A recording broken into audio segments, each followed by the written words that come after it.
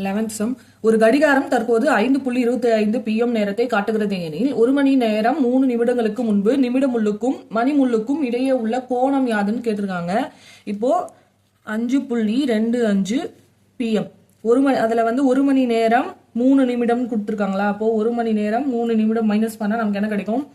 -1 மணி நேரம் 3 நிமிடம்னா 0.3 போடணும். 3 போடக்கூடாது, 0.3 போடணுமா. இதை மைனஸ் பண்ணா நமக்கு என்ன கிடைக்கும்? 5ல் 3 போச்சுன்னா 2, இது 2 புள்ளி 5ல் 1 போச்சுன்னா 4.22 PM இருக்கும். இப்போ இந்த டைமுக்கு நிமிடமுள்ளுக்கும் மணிமுள்ளுக்கும் இடையே உள்ள கோணம் யாதுன்னு கேட்டிருக்காங்க. இப்போ இங்க என்ன சொல்லியிருக்காங்க? 4.22 4.22 4.22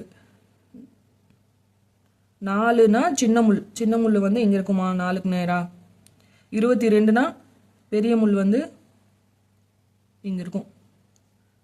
4.22. அப்போ ரெண்டுமே கிட்டத்தட்ட மேல தானே இருக்கு. அப்போ என்ன கோணம்னா 0 டிகிரி கோணம்.